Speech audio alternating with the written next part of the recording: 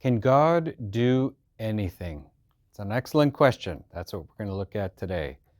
Hello, friends. Bishop Tom Dowd here with another video of Catholic teaching in 10 minutes or less. And let's dive into this really important subject. Short answer to this question, can God do anything, is yes and no.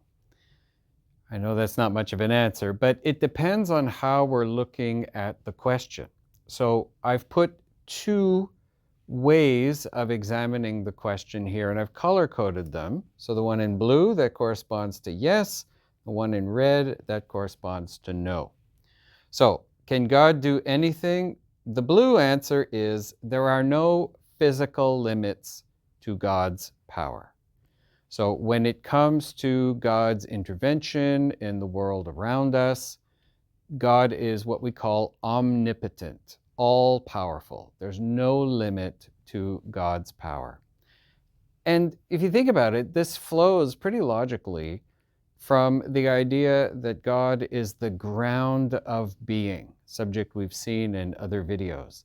If God is the source of being for all other things which exist, in theory, God could switch off the being of those things or change it around. And so if God has this ultimate power with regards to other created things, that it makes him their source, the source of their nature, the source of their existence itself, well, if God wanted to switch off a galaxy somewhere, just make it disappear, he could. Not an issue. God wanted to create a whole second universe outside of the universe we know. Why not? There's really no limit to God's power, whether it's the ultimate macroscopic or the tiny microscopic. When it comes to physical things, there are no physical limits to God's power.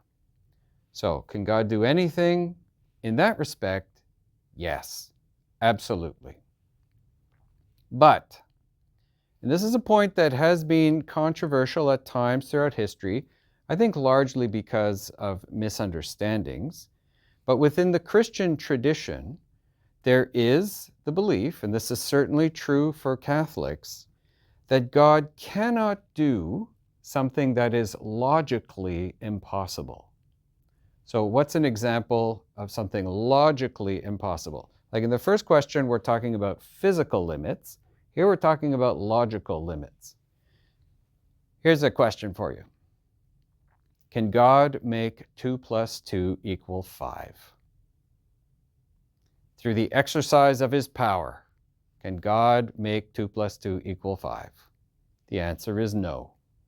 The Catholic answer is no, because it's illogical. It is logically impossible for 2 plus 2 to become 5. Can God make a square circle or a triangular rectangle? No. They're contradictory concepts. The very definition of these things makes it impossible for a square to have circular properties or a triangle to have rectangular properties. It just doesn't make sense. It is something which is logically impossible.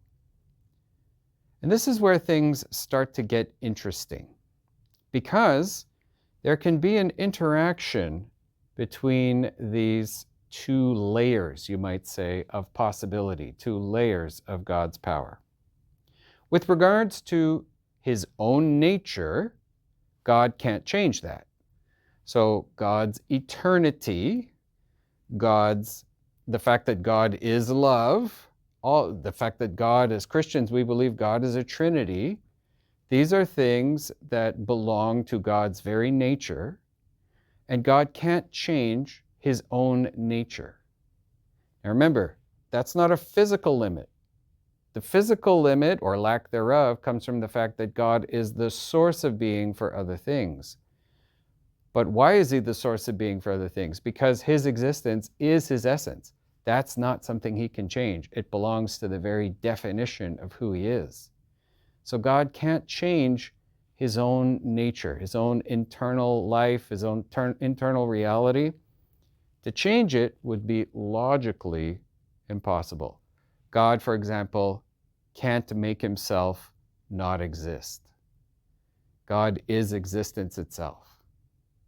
So with regards to his nature, it's not so much that it's a limit, it's just the way it is. Now, where, again, this gets interesting, remember, God gives a nature to other things which are created. They depend upon him as the ground of being, as the source of being. So here's a question. What if God makes a promise to one of those created beings? What if God makes a promise to, let's say, an angel, or God makes a promise to a human being, or a group of human beings, or an entire nation of human beings? The Bible will call these promises covenants. That's the technical term for it. But regardless, the question becomes, can God break a promise? Now, if he's making a promise to created things, well, there's no physical limit to what he can do with regards to those things, right? So he's totally sovereign in his power over created things because he's the very source of the laws of nature and the existence itself.